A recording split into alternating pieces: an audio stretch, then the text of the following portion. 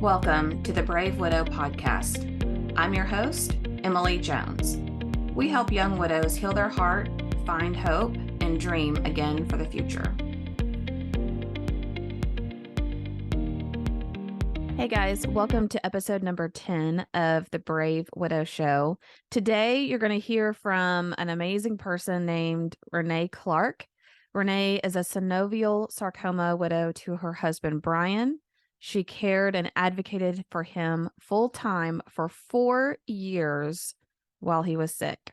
She started an online anonymous support account called the Cancer Caregiver, and now she's trying to figure out her new life without her person of 21 years. All right, Renee, thank you so much for joining us today on the Brave Widow podcast. I'm excited to have you and appreciate you being willing to share your story with us. Thank you so much for having me. And I really appreciate you doing this and letting us get our stories out there. Absolutely. We would love to learn more about you. And so if you'd like to tell us a little bit, starting with you and your spouse and what your family looked like, we'd love to learn more. I married my husband, my late husband, when I was 18. So we had been together for a very long time. My adult life, we met each other in church. So we both came from a religious background. We were married for 7 years before we had our first child, and she was a fertility baby. So that's something, infertility was something that we dealt with before everything else. He was a business professional, and a lot of our marriage was supporting his career and his aspirations, and we moved for his career a lot. So that brought us to North Carolina and then to Massachusetts. And in that time, we had 2 daughters, and we were living in Massachusetts, and we decided that we wanted to raise the girls back in our home state. So we moved back to where we were from, and in Florida.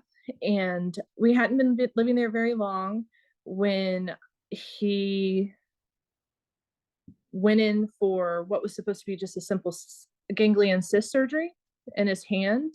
And during that time between when he had the cyst surgery, he quit his job and accepted a new one. And we thought, okay, life is good. We have our daughters, they're 7 and 9. We really felt like he had just accepted his like dream job and was starting down this new path. And we get a phone call one Saturday morning when he was making breakfast for us, which was one of his favorite things to do, because he had just accepted this new job. He had a couple of weeks that he wasn't going to be working in between the 2 jobs, and we were making plans to go on a vacation. And we had been in the kitchen talking about, all the different destinations we might want to go to, because he always worked so hard. And we hadn't taken a real family vacation in 4 years. So we were excited, new job, new opportunities, new life. And he answers the telephone, and it's the doctor's office. And we put it on speakerphone. And at first we actually misunderstood them. And we thought they said it wasn't cancer. So for a split second, we were like, this is great. Praise the Lord. Hallelujah. All those things. And then the doctor said something. And then we were like, wait, what? And she was like, you have cancer. Not only do you have cancer, you have an extremely rare and a very aggressive cancer. Like the lab results came back that it was a high grade cancer. And I have actually already made you an appointment with the cancer center myself. Like I called my friend who works at the cancer center and already set you up with an appointment. That's how soon you need to get to the doctor. So it went from, that was a Saturday morning. Wednesday, we were sitting in front of the doctor being told all these things that were unbelievable, and being told about a cancer that, so he had synovial sarcoma, which we had never heard about. I had never heard sarcoma before in my life. I had no clue what it was. He had no clue what it was. We were sitting in front of an expert who knew what it was, but wasn't very good at communicating that to us.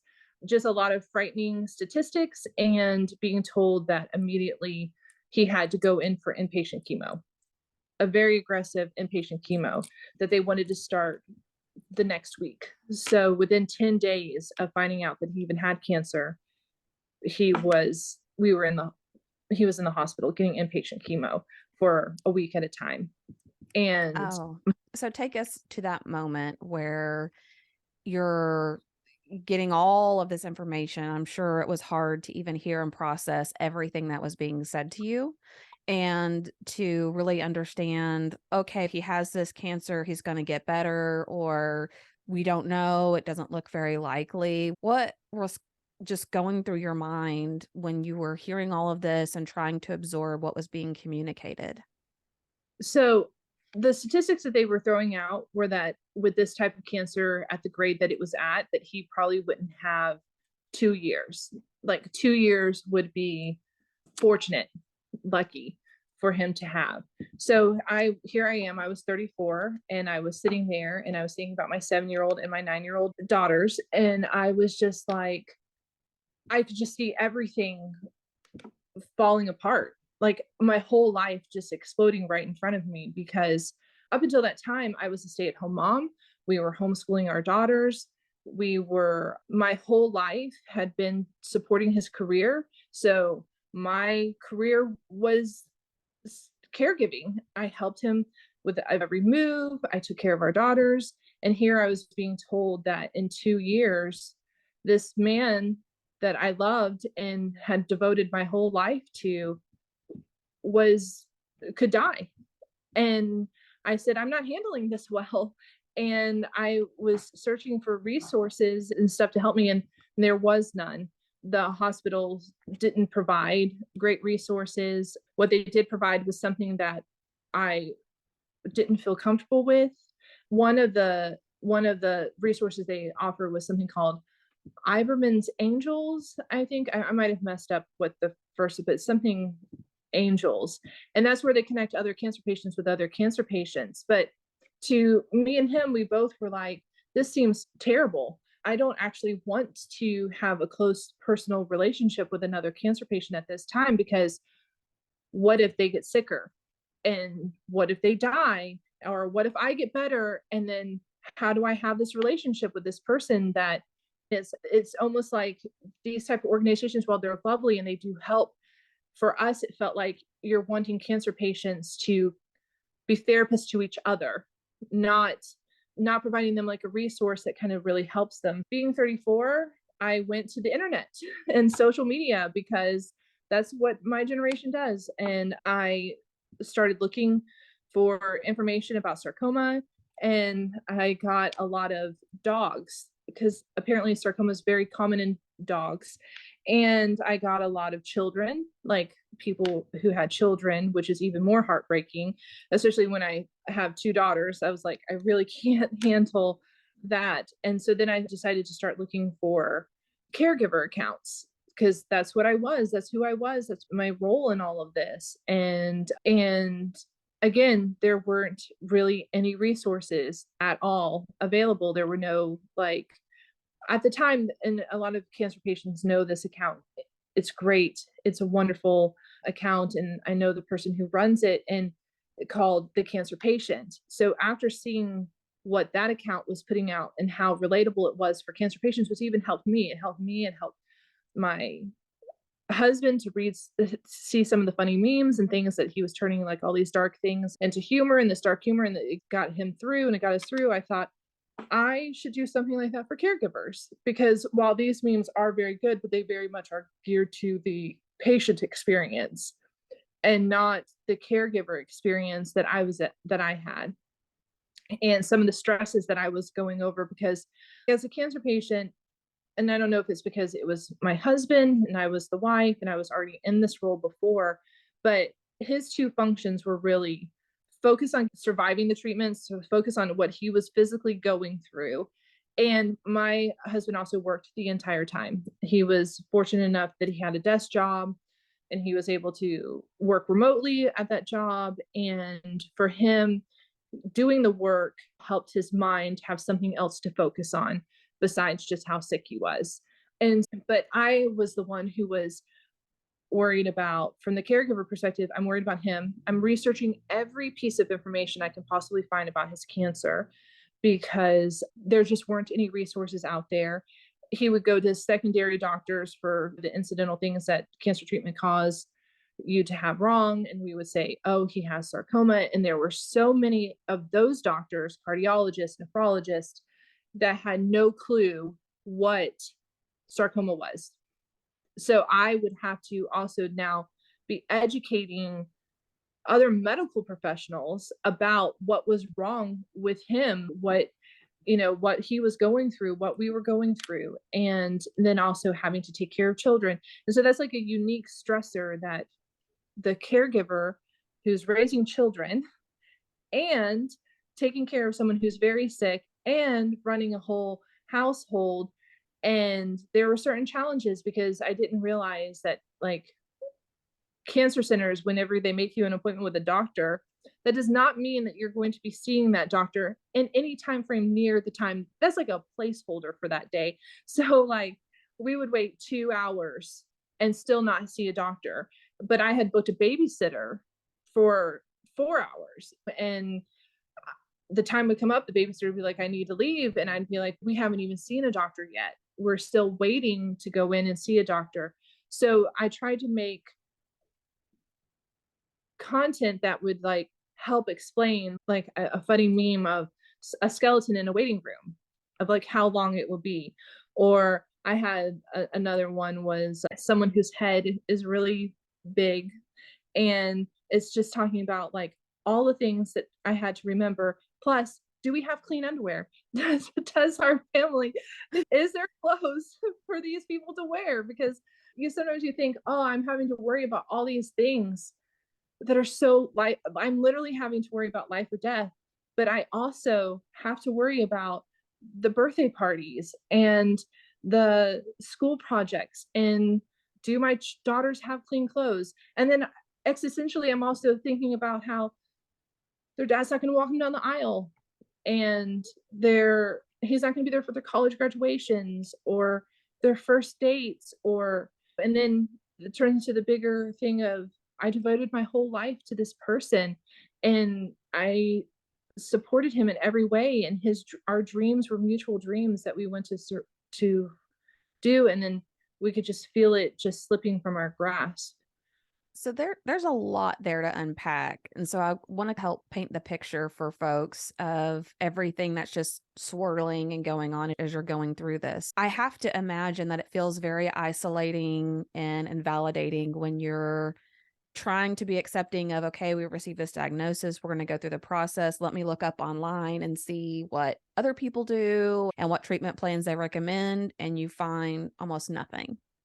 So that has to feel in some way very lonely to think, what are the odds he would have this cancer? Maybe some of the treatment options that are out there.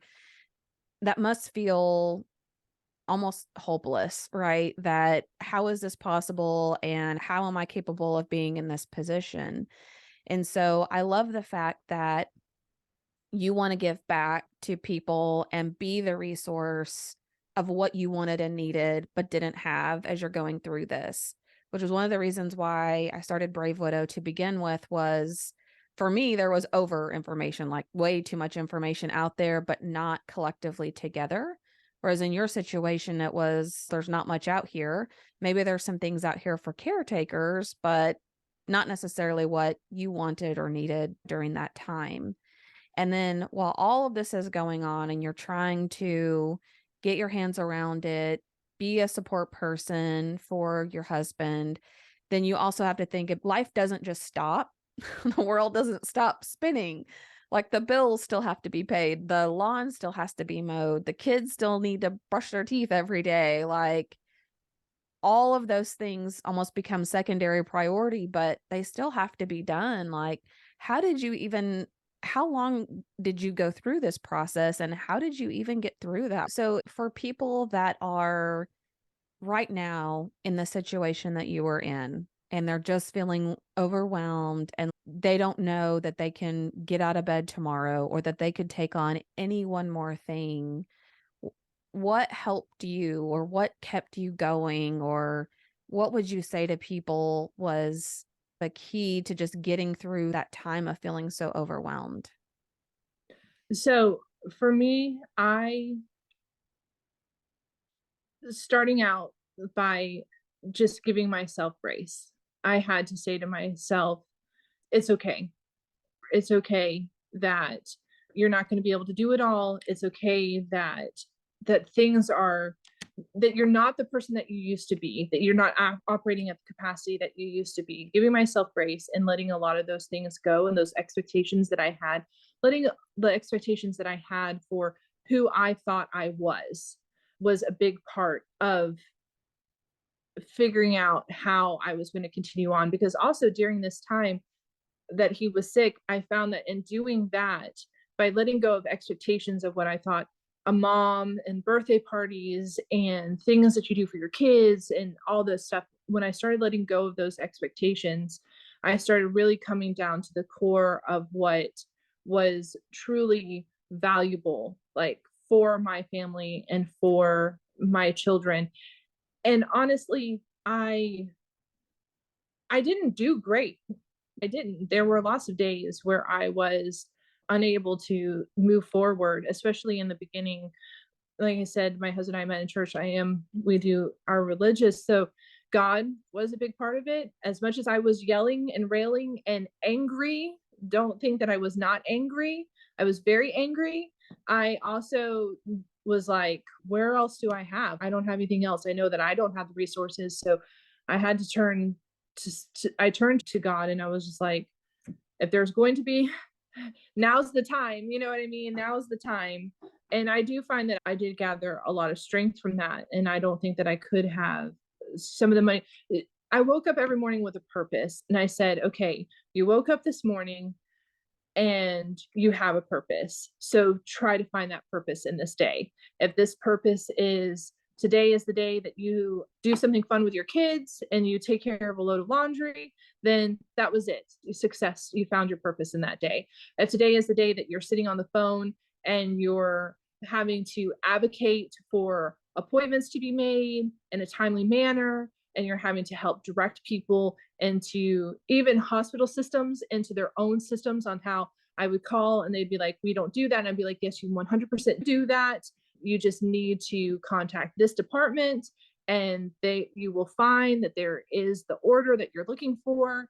I've already called and verified that the order is in there. You just need to follow up. So if that was my purpose for the day, then that was my purpose for the day. And I just gave myself grace, and I just said that this is what I do. But I also don't feel like I did very good at it, so it's hard for me to like really give myself like to say, oh yes, I somehow was able to figure this out. It really was just like being okay with being not being okay. That was really the moment.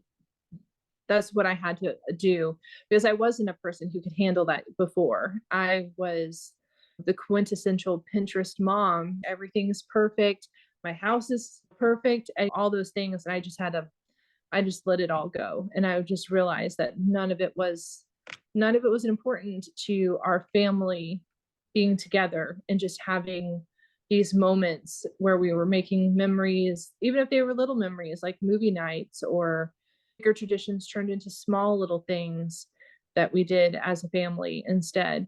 But also to that, I found that the outside forces of the medical community, there was a lot of what I would call toxic positivity, where people didn't want me to admit, or I felt like there was like, even from doctors, we would say, this is not looking good, or what is realistically what we're looking at.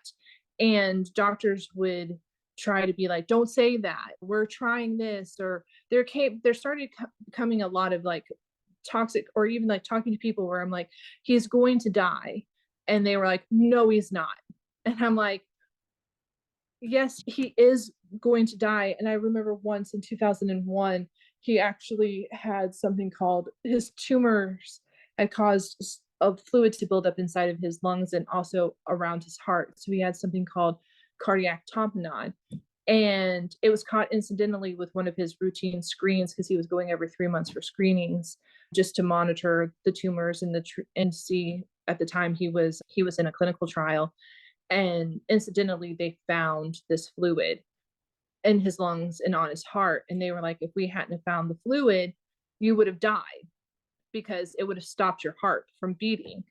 And they drained it and they sent us on our way. And then about a week later, he was asymptomatic the first time. About a week later, he started having symptoms that they had been telling us he should have already been like he should have had the first time. And we were like, I was like, oh, I don't know if I was like, I think it's back. We were like, we think it's back. And we also had some unique situations because it was 2021 and the COVID situation. And so I had to beg with him to go to the hospital because he didn't want to go, because he didn't want to be alone in the hospital. And finally, I was able to get on the phone with someone at the hospital who gave me privileges to be able to go into the hospital with him for a certain amount of hours a day. And finally, he agreed. When we got to the emergency room, he was in full blown tamponade to where his organs had started like showing the distress of his heart not working correctly. They were super calm. We didn't realize it until we got like lab results back that he was having all these problems. And he was in the hospital for 17 days. And during that time, he spent some time in the ICU. And during that time, I was like, to his doctor, I was like, we had a cardiologist who was she had a lot of candor. And she said he could die. If he doesn't get this surgery I want to do, he'll die. And the oncologist was like, I don't really want to do the surgery. And I finally was able to get the oncologist and the cardiologist to speak to each other. And when they had a discussion, they realized that they could do the surgery. And I said to the oncologist, I was like, so he could die, right? He could die. If he doesn't get the surgery, if he gets the surgery, he could die. Like this could be it. And she was like, no, don't say that. I don't like hearing that. And I was like, I was just stunned. And then she left the room and I said to my husband, I said, what she doesn't understand is I have to talk about this. Like I have to take this. I called it microdosing grief, but then I also realized it was called anticipatory grief, which I found out secondary to him. But like it was, you have to talk about it. Like I had to, because I said, if you were to just have died, or if you were just to die, I think it would kill me. I think I literally like my heart would break so hard if I was so full of this hope. Not that I don't have hope, but if I was just so full of this hope and then you just die, just having that, I think my heart would break completely. I would just break. So I microdosed this and we talked about it and we would joke about it and we would say things about when we would talk to the kids about it. And these little things, they didn't, I thought that they would 100% protect me. But now that he's gone, I realized that nothing really can. But that was that.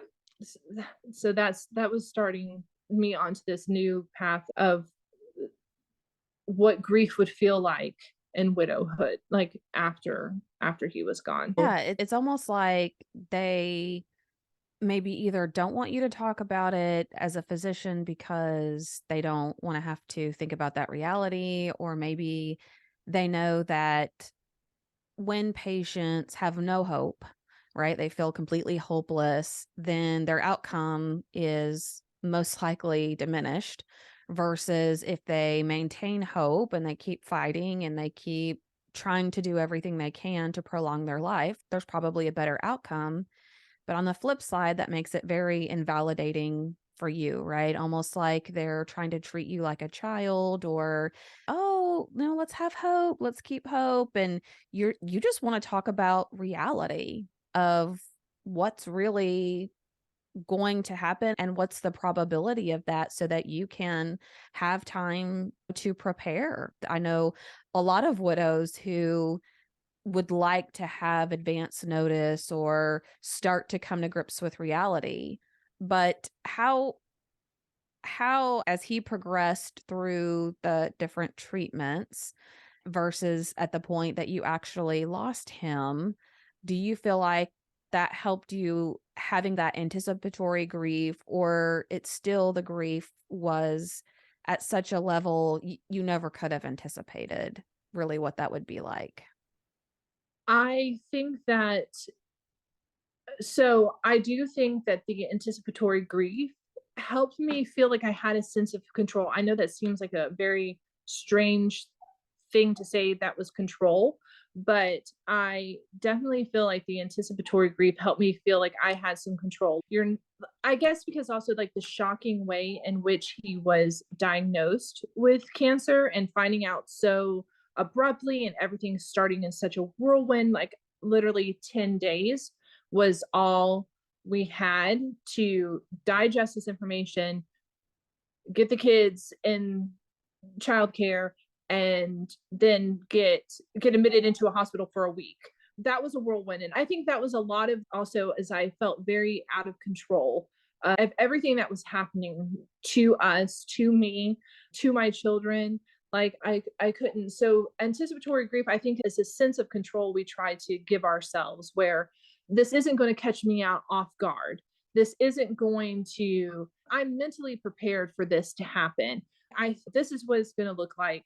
You try to think of these things. I'm going to be able to, but the reality of when it does happen, I found out afterwards, it's nothing. Like I protected it. My heart still broke. My heart still completely broke. I was completely in shock of just how bad it hurt and how lonely it was to have him gone. And even that I was thinking over the iteration of time and these 4 years of how our relationship changed, the husband and wife dynamic changed, and all those things. And I thought, I'm used to this now because everything is not exactly the way it was before. But I wasn't. I was completely unprepared. I was completely unprepared for the moment that I would lose him. I was there. He was here in our home. And it was unexpected. It wound up being another cardiac tamponade that he wound up passing of. So it was very sudden. It was very, I always say that it's strange to say to a husband that's been sick for 4 years that he died suddenly, because it feels like you would be like, oh, he was sick. You knew he was going to die, but he did die suddenly. I did not know that morning when he woke up and I was helping him to the restroom, that was our last moments together. Like I was not aware of, and then that just completely, everything I thought, everything that I had told myself, all of it completely out the window, completely out the window. So yes, I think it's good though to let ourselves grieve. I think it's good that anticipatory grief, I think that they are two concepts that can be held together, right? Because the miracles are of God and cancer treatments are of reality, right? So you can have your faith and you can have your beliefs, and then you can also see the reality of what you're actually living in front of you. And you can accept both of, in my mind, you can accept both of those things. It's not to feel guilty. It's not to, and that was something I had to just find the strength within myself, because the messaging from the outside was very much the opposite. It very much was something like, don't say that, don't feel that way, don't. One thing that people love to say to me, which would aggravate me so much, was don't speak those words. Don't speak those words out loud about your husband. And me and him would talk, and I would say, if I truly had the power to speak things, which this could be controversial and people might not agree with it, but if I truly had the power to speak things, then be healed right now. You know what I mean? I would not be watching you die. Like, I don't feel that way. That's just a way to make you feel like you're in control. So by telling, and it all comes down to control. That's what I really feel like. People are we have no control over cancer. That's why I think a lot of people ask, what were his first symptoms? What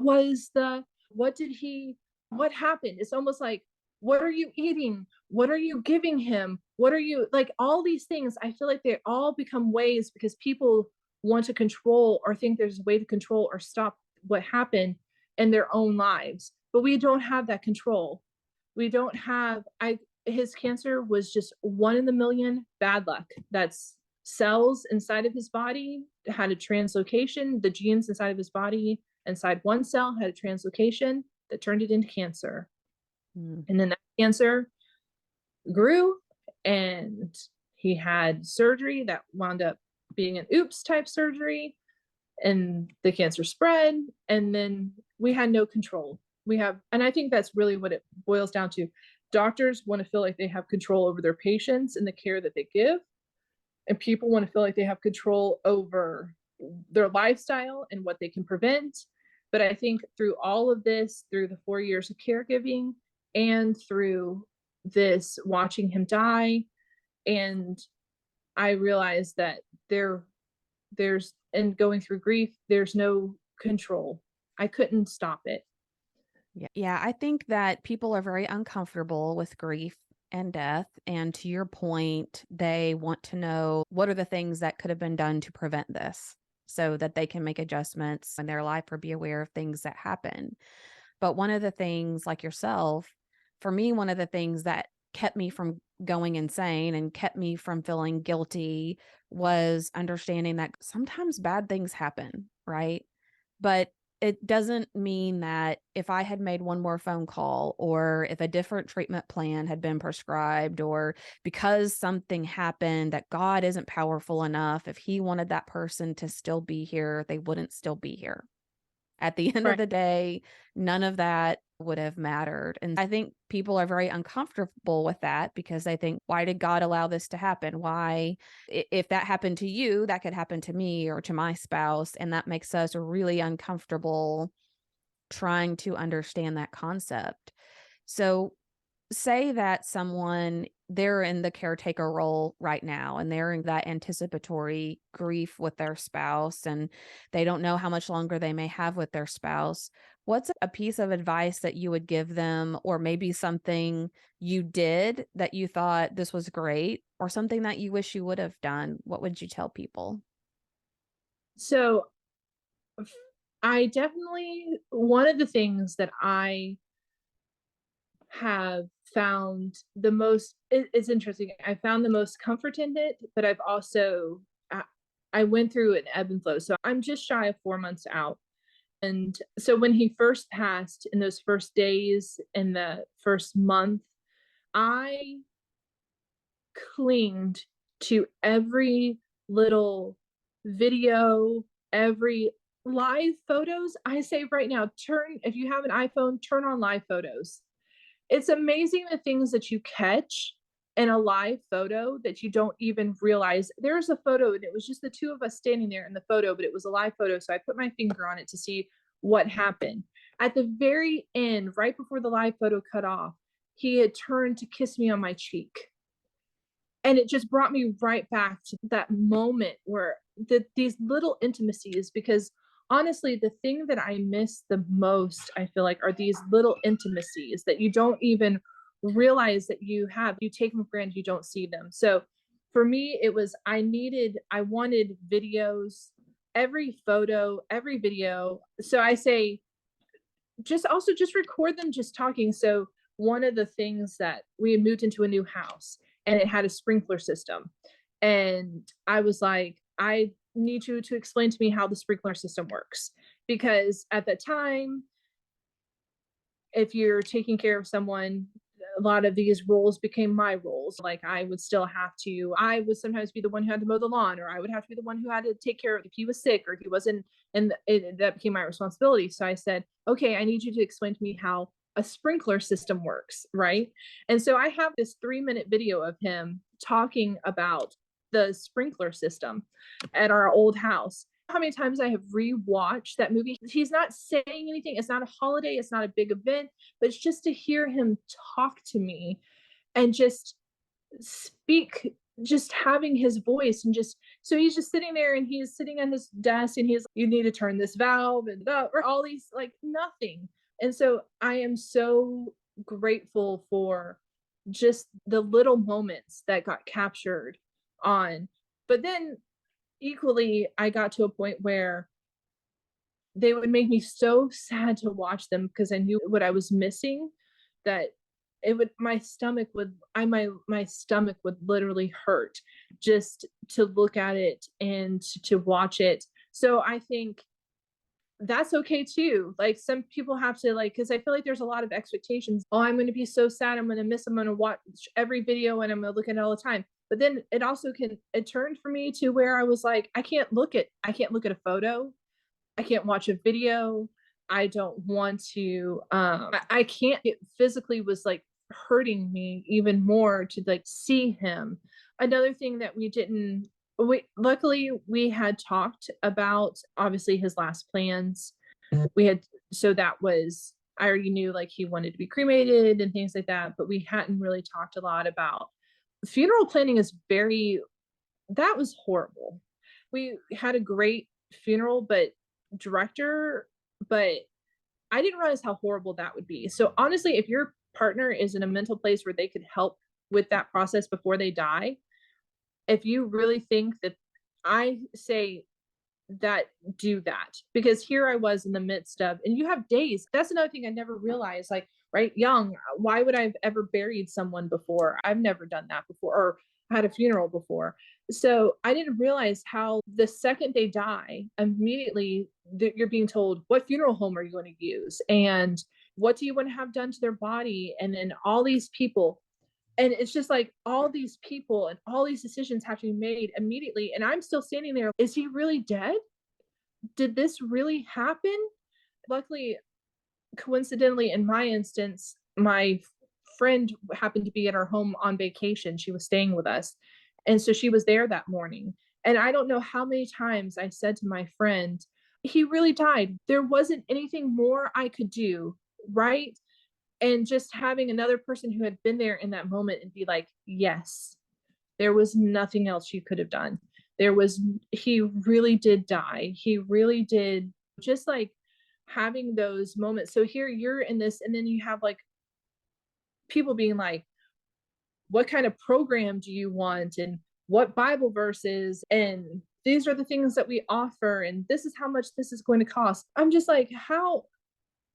That's very overwhelming. So I would definitely say if you have someone, if your loved one is in a position, or your husband is, I guess, widow, so your husband is in a place where he would be like willing to make these choices beforehand, definitely I say try to do that. And I also realized another thing in my grief and through all this is immediately after he died, I started thinking about like his mother and his family and stuff like that. And so immediately I went into a mode of wanting to try to like help and protect the people who loved him, right? From feeling the, like, from this. And I realized now looking back, I should have taken my time. I called people into my home too soon. I was looking to accommodate everybody else's feelings, and I didn't. At the end of the day, I should have stopped and been like, I need this moment to grieve my person. I need this moment to spend this time with him. I need this moment, instead of just feeding into that frenzy. Because, like I said, it's going to be a frenzy. And it's easy to get caught up into it and think, oh, I have to, I have to, I have to. And I wish now, looking back, if I could say, there is no rush. Everybody's rushing around you, but you have the power to shut it down and say, no, no, I need a moment, or we're taking a break, or any of those things. That's what I wish that I had Yeah, the. you mentioned a few things. I wrote down three things that you said earlier that I thought was so powerful. Was one, give yourself grace. Give yourself the grace and the patience to just make it through every day. The second one was manage expectations of yourself and of other people. And to your point, catering to other people, making sure everyone else is okay. A lot of times we just put ourselves in the back seat. And then the third one was every day waking up with a purpose or a thought of what is it that has to be done today. I'm not going to worry about all of the other days. And I think that's key as you're going through the caretaker phase and then also through the grieving phase of keep your expectations for yourself low, give yourself some grace, and know that just every day that you wake up, you don't give up, you keep trying to figure out this healing journey and this grief is perfectly fine. That's a good day. You're right. And like I said, and I don't think that I'm doing anything particularly well, but I have where I sit and I think, you know, why it, the caregiving for someone and the time after, the person you're caregiving for is yourself at that point. It switches from, I was doing all this to keep this other person alive. Now I have to do all this to keep me alive, to keep me wanting to go forward in this, to keep me wanting to, I need, so that's what it changed. It's, sorry, I lost train of thought. Yeah. And that's the same thing. So the same things that I would say to him whenever there were days that he didn't want to go forward or things like that, I find myself saying to myself, like, you can do this, you can get through this day, or today we do nothing. Today we, and that's okay. I also know that it's unique to my situation because I do have a lot of empathy in my heart for the widows that have to immediately start going back to work, or, and I can see where you don't get those moments where you get to just, I call it the grief pit. Sometimes I just fall into the grief pit and I can't get out, or I have to work hard to get back out of it. And I do empathize that. So if you were a widow and you're like, oh, I don't, these things have to happen. I have to get up and I have to go to work and I have to do all these things. I agree. That is something that is incredible. And I don't take lightly the fact that has to be even harder to do everything with a broken heart, with people with a broken heart. You figure out who you are with a broken heart. Like all this is not, it's not, it's impossible. It truly is an impossible situation. But I think like that, then that's your purpose for the day. Your day was you got up, you earned the money you needed to take care of whatever you needed to take care of, and then go home and then cry and let your house be a mess. And if the only load of laundry that you did was just for underwear, then good for you. You know what I mean? I've had lots of just underwear loads of laundry lately where it's been like, I might be that if that's all I have the strength to muster, then that's all the strength I have to muster. And I definitely, I know that not everybody has the moment where they can just literally shut their life down and start trying to figure it out. And you'll get a lot of judgment for that too. It's interesting, which kind of goes into a completely different subject to what we've been talking about. But I've definitely found that depending on what side of the spectrum you're on, my husband and I, we made plans. He was dying for 4 years. In that 4 years, we were able to financially make decisions. We made sacrifices. We sold the big house with the swimming pool on the acre of land and downsized. And then when he got sicker, we downsized again, all setting things up for a world where financially, because I was a stay-at-home mom. So he was the sole breadwinner for our family. So we set up we started making decisions that would put me in a place where I had time. I had a year, maybe more. I don't know. I had time. And we talked about what would that first year look like. And I said, I don't think I'm going to make any major decisions in that first year, even though I hate this house. And I say to my friends, I can't live here. I want to move. I want to get rid of everything. I want to, like, all these big decisions I want to make. But because before he died, we had made an agreement that I wouldn't make any big decisions for a year. I would stay in this moment, learn my new life, learn my new position, and then in 1 year make a decision. And honestly, I have wanted to break that 1,000 times since he's died. But That's another, so you say, what can you tell another? Make a plan. When you're rational, when you're not hurt, when your heart's not crushed, make a plan. And then let that rational plan be what you go back to, like what you hold up against. So, like, I would say, I want to leave my house. And then say, but why did you decide that you wouldn't leave the first year? And I tested up against a theory or even like his opinion, because I would be like, normally, right? You would go to your partner and you would be, oh, shoot, sorry. No, And you're you good. would be, what do you think of this idea? You don't have that person to run that plan by, but you had them. And when you had them before they died, you had that conversation then, and you got their opinions then, and you discussed openly like how hard it would be and things like that. So that's definitely, maybe that's another piece of advice that has really saved me, I think, from irrationality that overcomes me. And the moments when I'm just completely railing against everything, I go back and I think, but we talked about this and we had a plan, and I need the plan. And in turn, something new will have happened or something else will have happened. And then I will be like, I'm glad at this moment I did. I went back to that plan. But it is interesting the amount of, on equal sides, I think widows feel like, oh, if I go back to work, they're going to think I don't love him and I'm just over him. But because I have to pay the bills, I have to go to work. You know what I mean? I don't get that. I don't get that choice.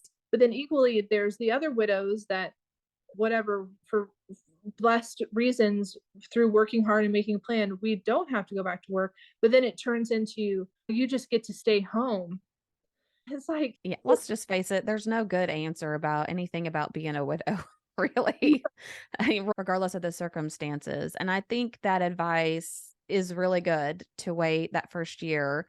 It probably took me about 6 months before I felt like, okay, I'm starting to figure out what the new normal looks like and maybe what I'll be doing over the next few months. But definitely by that first year, a little over a year, just felt more confident in my decisions and what that looked like. So, do you mind to share some about what you've been doing recently in your online platform, or maybe some of the good things that you've seen come out of what you're doing? so honestly, when COVID hit, I actually stepped away a little bit from the caregiving platform that I was using, just because I say it became hard to make anything funny. Part of dark humor is you have to find humor in some situation, in some scenarios. And I couldn't find humor. It was taking all my effort and all my capacity to keep humor in my own life, keep my own husband going.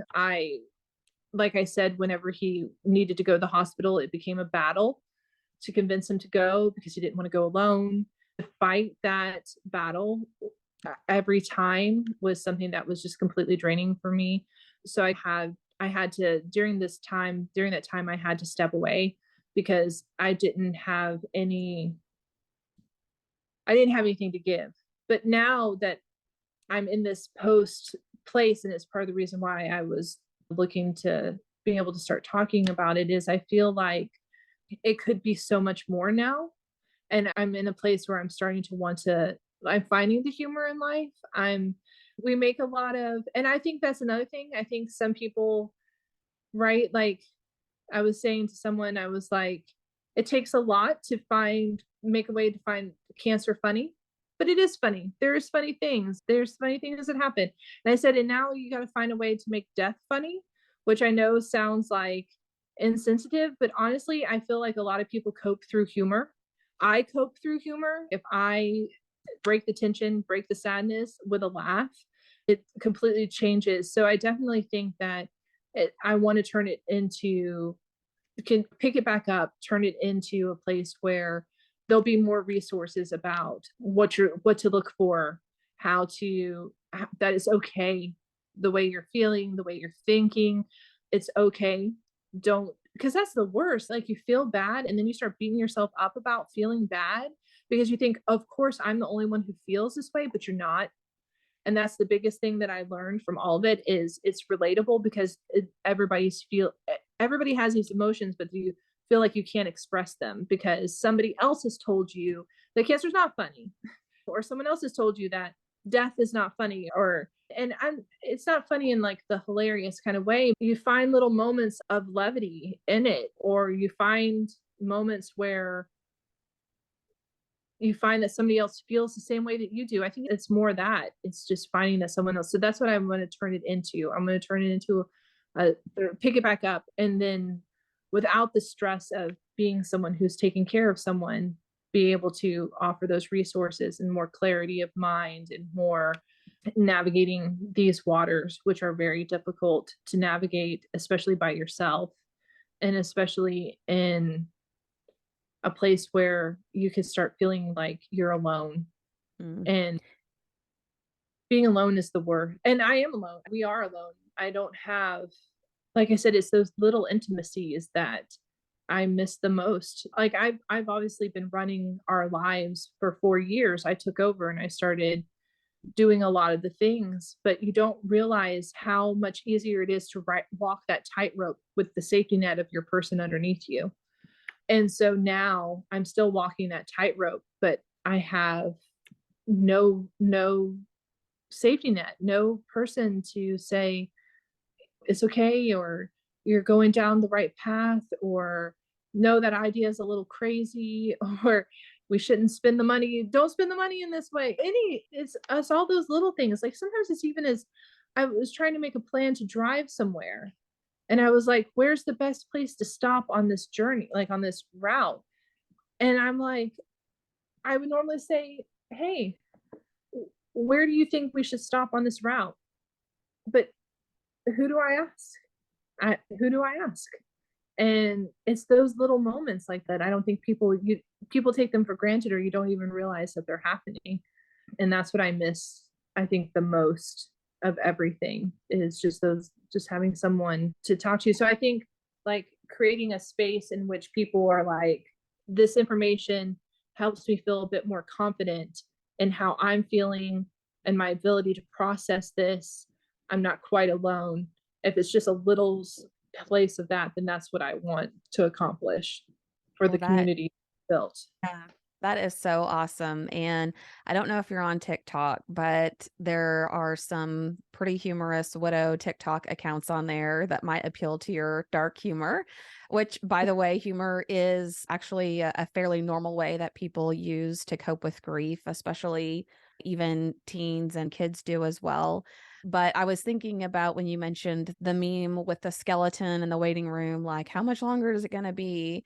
And there was an account I saw on TikTok, and the girl's like sitting there with the urn of her husband's ashes, like me and my husband just hanging out. It's just kind of like that same type of humor. You might find that. And I think there's a quote, I'm probably going to butcher it, that basically says comedy is the painful truth said in a relatable way. I would love to see that. And I hope that you do consider doing that. And then we can share it with this community and people can go follow you and enjoy the humor that you create.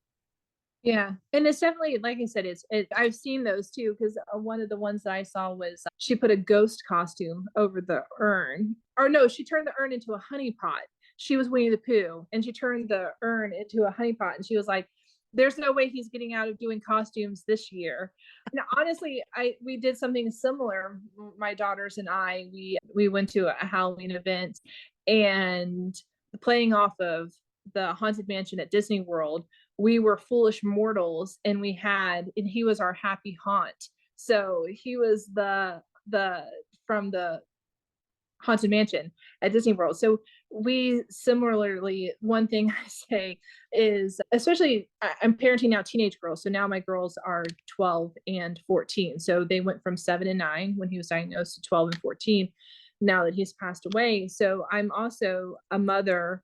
So I said to them, I said, I'm in transition because I have had a partner since I was 18 years old. So I'm 39, and first time in my life, I'm by myself in this world. And you guys are in transition because you're transitioning from little kids who need their mom to teenagers, right? I'm the dumbest person they've ever met. And so I sometimes they'll come and they'll be typical teenage question. I want this, or let's do this, or just the questions like the teenagers ask you constantly. And I'll be like, you know what? Go ask your father, which always breaks the tension because, and I said, and you let me know what he tells you. And then now we're laughing. Now, instead of me being overwhelmed and being like, oh my gosh, I have to like handle all this decision making and these girls and what's right for them, it becomes breaks the moment and breaks the overwhelmed feeling. And I say, go ask your dad. Go ask your dad. And they go, and because he sits on the mantle because we haven't earned. But anyway, that definitely, yeah, that kind of humor. But even still, sometimes it can turn a little, I don't know. I was with my dad and my sister, and I made a joke like you do to my father about being an old man. And he was like, oh, you insult me by saying I'm old. And I said, if you ask Brian, that's a compliment, right? And my sister died. She started laughing because she was like, oh, she got that it was hilarious. I was laughing. It was like done in a, I was like, not if you ask Brian. Then, because that's another thing that kind of, I find that you say, what are the things that kind of irritate you as a widow? And there aren't a ton because I realize that people are not doing it from malice or doing it from ignorance. I'm not going to be upset at someone who's just, they're not trying to be hurtful. But one of the things that I do find that just irks my being is people complaining about being old or looking old or things like that, because I'm just like, I know somebody who wanted to be old, right? And he wanted to see his children grow up and he wanted these things. And you got them. You got them. You don't know how blessed you are that you got them. And he didn't. So if there's anything that I think does irk my other comments, other things, it's just that people lamenting the fact that they got another birthday or they got another moment to spend with their children and their family and people who love them, when that's not a gift that we all are given. So I think that definitely is I think that really, so I had to diffuse that situation with some humor. I can be rolling heads. Yeah. Well, and that I think as human beings, it's easy for us to take for granted something that we don't think is going to be taken away from us, or in our minds, we all live to be old and then that's when we die. But I know not everyone appreciates the dark humor, but I can certainly appreciate it. And I know a couple of my kids, that's somewhat how they communicate too. Thanks for letting us laugh a little bit today. Yeah. Well, Renee, I know we're coming up on time and you are so early out from when all of this happened. And here you are willing to share your story, to be on camera, to hopefully help encourage and inspire and comfort other widows out there. So that's very selfless and generous of you. So thank you so much for being here today, for taking the time to give back, and just for being who you are. Thank you. Thank you so much for doing this and putting it out there. And I really appreciate you letting me be able to talk and share my story.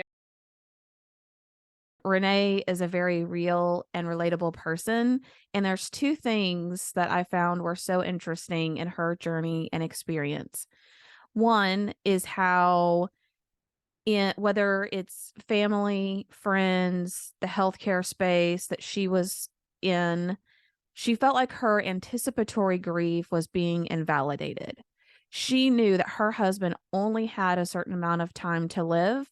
Yet, whenever she would want to talk about it, whenever she would want to say, oh, this is going to be so hard, he's not going to make it, everyone would tell her, don't say that, stay positive, focus on the good things, don't use those words. And I know they were all well intentioned, and I'm sure it's because sometimes we're uncomfortable with people's grief and them feeling uncomfortable, and sometimes we just don't know what the right thing is to say. But Renee shares her struggles with wanting to be able to talk about the grief and the loss that she knew was coming, and not really finding a solid listening ear in the majority of the community that she was in. The second theme she really talks about is this illusion of control. Like, we like to think we have control in our lives, We like to think that we can really influence outcomes, and in a lot of ways, possibly we can. She found several people that would ask her, well, what happened and what were you guys eating and how are you living? Because they wanted to know how to prevent that for them or their loved ones. And ultimately, at the end of the day, sometimes bad things just happen. Sometimes there's no strong correlation between what happened in the past, what's happening to us presently, and what's happening in the future. And we really have no control. And Renee shares that she was the main caregiver for her spouse for 4 years. And yet the day that he died, it was unexpected. It was sudden. It was not the time that she thought that she was going to lose him. And even with a terminal diagnosis, even with anticipatory grief, she thought she had some sort of control with the amount of time that they would have together and what their life would look like. And ultimately, she recognized and acknowledged and wants to share that at the end of the day, we have no control. We can pray for a miracle from God. We can pray for healing. Sometimes that works for us, and we have no control. All right, guys, I hope you enjoyed this conversation as much as I did. And I am so proud of Renee for finding ways to cope through her grief, to give back to others, to just be open and vulnerable and share, especially in such a recent time since she lost her loved one. If you like hearing stories about other widows, if you'd like to connect more with folks who have been through some of the same things, who know your pain, who know your frustrations, who can relate with how you're feeling, I would love to have you in the Brave Widow membership community. You can learn more by going to bravewidow.com.